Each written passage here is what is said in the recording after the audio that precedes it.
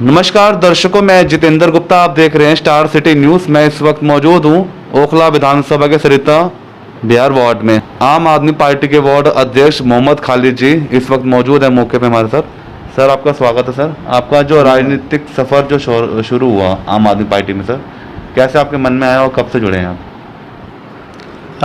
आम आदमी party basically जब वजूद में आई तो अन्ना हज़ारे साहब के टाइम से हम लोग बेसिकली उस वक्त पे कहीं ना कहीं कांग्रेस को सपोर्ट करते थे पूरी तरह से, लेकिन इनके जो मुद्दे थे वो दिल को छूने वाले मुद्दे थे। हम लोग इनके साथ अटैच होते चले गए और पूरी तरह से अगर जुड़ने वाली बात करें तो जब आतिशी जी हमारे यहाँ से एमपी का इलेक्शन लड़ने आई, विधानसभा लोकसभा का लड़ने आई, तो जब हम लोग इनके साथ पूरी तरह जुड़े, आतिशी जी का इलेक्शन हमने लड़ाया, बहुत दिलो जान से इलेक्शन लड़ाया। बाई चांस हमारी बदकिस्मती थी कि नहीं निकाल पाए हम लोग सीट, लेकिन हमने मेहनत की। उनकी जो एजुकेशन को लेके, जो शिक्षा की नीतियाँ थी उसको लेके, उसके अलावा जो नीतियाँ थी उन लोगों से लेके हम लोग अटैच थे। उसके साथ साथ यहाँ पर हमारे यहाँ जो विधानसभा में हमारे एमएलए विधायक जी अमरतुल्ला खान साहब हैं, उन्होंने डेवलपमेंट के बहुत सारे काम किए। और डेवलपमेंट के साथ साथ ये है कि सबसे बड़ी चीज़ जो है ये उनके यहाँ आप छोटा आदमी हो, कोई बड़ा आदमी हो, कोई गरीब जाए, ठेकेदारी सिस्टम उन्होंने पूरी तरह से ख़त्म कर दिया। ओखला में पहले ये नहीं था कि आप जाके डायरेक्टली मिल सकते हो, आपको चैनल लेना पड़ता था। अब कोई चैनल नहीं, आप डायरेक्ट जाइए, उनके पास बैठिए, वो आपको काम करेंगे। नहीं भी काम होगा तो वो ज़रूर बताएंगे ये काम इस तरह से नहीं, इस तरह से हो सकता है। तो धीरे धीरे जुड़े। पहले आतिशी जी का इलेक्शन लड़ाया, फिर लोकसभा के आए, अमानत भाई का इलेक्शन लड़ाया, अल्लाह ने बहुत ज़्यादा इज्जत दी। पहले 1,04,000 वोट लिए, अब के 1,32,000 वोट लिए। वो सिर्फ और सिर्फ आम आदमी पार्टी की नीतियाँ, केजरीवाल जी के काम, और उसके साथ साथ यहाँ के हमारे लोकल विधायक जो अमानत जी हैं वो बहुत काम कराते हैं, बहुत काम कराते हैं। उनको देखते हैं हम लोग इस तरह से जुड़े। अच्छा, जैसे कि सर ये आपके विधायक आपके द्वार को लेके पूरे दिल्ली में जो चली है मीटिंग्स, जनता में, पब्लिक में जा रहे हैं विधायक, अवगत हो रहे हैं, समस्या जान रहे हैं, इससे क्या लगता है आने वाला जो मिशन 2022 चुनाव आ रहे हैं इसका आने वाला रुझान क्या देखने को मिल सकता है? देखिए, हम आपको बताएं, हम लोग जब विधानसभा इलेक्शन हुआ उसके बाद से काम तो करा रहे थे, बहुत काम करा रहे, लेकिन बहुत सारी ऐसी चीज़ें होती हैं कि मेरा प्लानिंग ये है कि मैं पहले रोड्स बनवा दें, गेट्स बनवा दें। हम अमानतुल्ला भाई से कहते हो, कहते ठीक है करा लीजिए। लेकिन हमें जब यहाँ पे आए, जैसे हमारे यहाँ पे हुआ एक चिल्ड्रन पार्क गफ्फार मंजिल में बहुत बड़ा प्रोग्राम हुआ, शायद आपको पता भी हो, और विधानसभा का सबसे बड़ा प्रोग्राम था। बल्कि लोकसभा के हमारे जो दीपांशु भाई हैं अध्यक्ष, उन्होंने ट्वीट किया कि लोकसभा का बहुत बड़ा प्रोग्राम हुआ। तो उसमें हम लोगों को पता चला कि यहाँ पर हमारी जो महिलाएं हैं उन्होंने कहा जी यहाँ पे मदर डेयरी नहीं है। कुछ लोगों ने कहा कि यहाँ पर हमारे यहाँ पे बराबर में एक पड़ती एक्सटेंशन है गफ्फार मंजिल पार्ट 2 हाजी कॉलोनी, उसमें हमारा मोहल्ला क्लिनिक है, यहाँ पर मोहल्ला क्लिनिक नहीं है। छोटी छोटी चीज़ें ऐसी जो हम लोगों ने नहीं सोचा था, अब हम उस पर भी काम कर रहे हैं। एक हमारे एटीएम की दिक्कत है, एक एटीएम तो अब नहीं है, तो एसबीआई के लिए हम ट्राई किया, मैंने लेटर भी लिखा है एसडीएम के लिए, आपके बैंकों को, स्पेशली एसबीआई को लिखा कि हमारे यहाँ इतनी आबादी है, यहाँ पर एक अगर आप एटीएम दे दें। तो ये सारी जो छोटी छोटी चीज़ें हैं, लेकिन हैं बहुत मायने रखती हैं, स्पेशली महिलाओं के लिए। तो ये हम लोगों को पता चला और हम इस पे भी काम करेंगे। क्षेत्र के साथ जो बुनियादी सुविधाएं हैं, पानी, बिजली, शिक्षा पे क्या यहाँ की? देखिए, पानी की जहाँ तक बात है, यहाँ पर अनथराइज कॉलोनीज में सब जगह पानी, मीठा पानी नहीं है, बोरिंग भी है। जैसे हमारा ओखला विहार है, उसमें मीठे पानी की लाइन डलवा दी है अमानत भाई ने, और इंशाल्लाह मैं समझता हूँ कि बहुत जल्दी मीठा पानी भी आ जाएगा। अभी फ़िलहाल बोरिंग से सप्लाई है। गफ्फार मंजिल में मीठा पानी भी है, बोरिंग से भी है, जौहरी फार्म है, और दूसरी कॉलोनी है सरिता विहार वगैरह में मीठा पानी है। जसोला में मीठा पानी की लाइन के लिए बात चल रही है, और बाकी बोरिंग से भी सप्लाई है। तो रोड्स वगैरह तो लगभग बनी हुई हैं, और जहाँ नहीं है वो चल रही हैं। और अमानत भाई का जैसा कहना है कि दिसंबर मैक्सिमम जनवरी तक अगर एनजीटी बैन नहीं लगाती तो काम चल रहे हैं। जैसे जौहरी फार्म में काम चल रहा है, हाजी कॉलोनी की गलियाँ पास हो गई हैं, उधर जसोला की पास हुई हैं।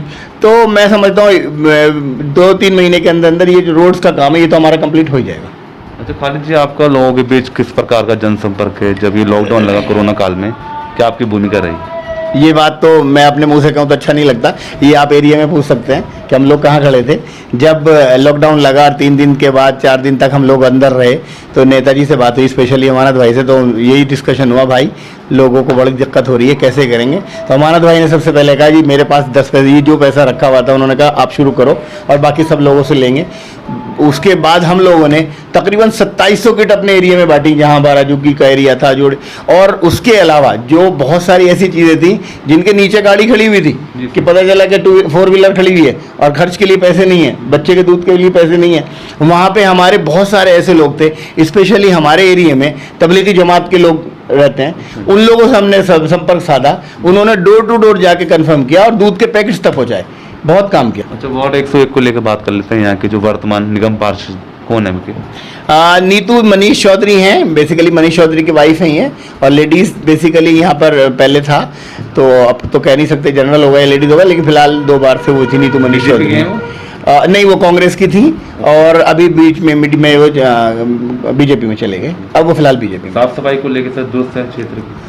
देखो जी, मैं आपको बताऊं, मैं बिल्कुल सही, बिल्कुल ईमानदाराना बात करने के लिए अगर हम कहें कि किसी पे लांछन लगाने तो हमारी समझ में नहीं आता, ये काम नहीं होता। जो होना चाहिए वो नहीं है, और जो होना चाहिए था वो नहीं है, सेटिस्फैक्टरी जवाब नहीं मिलता। लाइटें बंद हैं तो लाइटें बंद हैं बस 15 दिन तक, अपनी मर्जी से आ गए तो ठीक करके चले गए। अदरवाइज कूड़े का काम जो है, अगर हम ये कहें कि कूड़ा गंदा वो जगह जगह कूड़ा पड़ा हुआ है, उसकी लुक आफ्टर क्यों नहीं की जा रही, वो चीज़ दिक्कत भी है। डिपार्टमेंट क्यों नहीं कर रहा, इसका मतलब यदि डिपार्टमेंट को आपने टाइट नहीं किया, या क्या वजह है, तो वो तो आप देख सकते हो। आप वार्ड में जाओ, हर घर हर कॉलोनी के बाहर आप जाओगे तो लगभग आपको कूड़ा बहुत अच्छी मात्रा में अवेलेबल रहेगा। उसका मतलब क्या है? इसका मतलब ये है कि हम लोग प्रॉपर काम नहीं कर रहे। पब्लिक का क्या रुझान है इस बार का खालिद भाई? हम जीत के आएंगे सर, पूरी दिल्ली में आम आदमी पार्टी आएगी इंशाल्लाह, आम आदमी पार्टी सरकार बनाएगी। अच्छा, सुनने में आ रहा आप भी इस दौड़ में सर चुनाव की? हाँ, 10 बजे जब मैं काम करूंगा और लोगों का रुझान आम आदमी पार्टी की तरफ है, मेरी भी सोच ये है अगर पार्टी टिकट देगी तो मैं लड़ूंगा। तो उस समय तो कैसा संघर्ष रहेगा? उस समय काफ़ी पार्टियाँ निर्दलीय होते हैं, तो उस चीज़ को लेके आप कैसा कंपटीशन आप देखिए भाई, हम आपको एक बात बताएं, अगर ऐसी बात होती ना तो आज यहाँ केजरीवाल जी जब पहले एक बार जीत के आए, सरकार नहीं बना पाए, बहुत जल्दी गिर गई, फिर दोबारा आए। अगर इस तरह से हम सोचते तो बीजेपी बहुत बड़ा पहाड़, कांग्रेस उससे भी बड़ा पहाड़, उन लोगों को सबको गिरा के आए। काम की नीति अगर आप राजनीति करोगे ना, डेवलपमेंट की आप करोगे और उसके साथ साथ आप ईमानदारी के साथ चलोगे तो आपको पब्लिक पसंद करेगी। और अगर आपके दिलों में चोर होगा, आप काम नहीं करेंगे, छल कपट करेंगे, या आपका बैक हिस्ट्री खराब होगी, तो आपको नकार दिया जाएगा, और नकार भी देना चाहिए। जनता के ऊपर ये जिम्मेदारी जरूर है कि अगर आपको जनता को ये लगता है कि ये आदमी ठीक है अभी दिखने में, लेकिन कल को गड़बड़ कर सकता है, उसे नकार दीजिए। अभी 5 साल के लिए बहुत बड़ा टाइम होता है जिंदगी में। अगर 60-70 साल आप जी रहे हैं, उसमें से 5 साल आप इसलिए गए यार इसे भी चेक कर लेते हैं, चेक मत कीजिए, आप पहले ट्राई कीजिए। अगर आपको लगता है कि आदमी ठीक है तो उसको लीजिए, अदरवाइज उसको नकार दीजिए। मेरी अपनी सोच है। तो क्या एजेंडे रहेंगे सर इस बार आम आदमी पार्टी को लेकर बात कर लेते हैं? आम आदमी पार्टी के डेवलपमेंट के हैं, सफाई के हैं, पानी के हैं, सड़क के हैं, जहाँ जहाँ एमसीडी के अंडर में आता है, अदरवाइज दिल्ली के अंडर में आता है। एक्चुअली एक और भी है यहाँ पे, दिल्ली गवर्नमेंट के, दिल्ली एक स्टेट के ऐसे साथ में ये दिक्कत है बहुत बड़ी। कुछ एरिया जाओ आप तो पता चलता है कि ये डीडीए देख रहा है, उसके थोड़ा सा आप आगे जाओ तो पता चलता है ये एमसीडी देख रहा है, उससे आगे चलो आप तो पता चलता है कि ये अब दिल्ली सरकार देख रही है। एक नाली है, नाली को देख रहे हैं तो एमसीडी देख रही है, उससे थोड़ा सा आगे चलो, थोड़ा बड़ा नाला हो जाता है कि इसे फ्लड देख रहा है।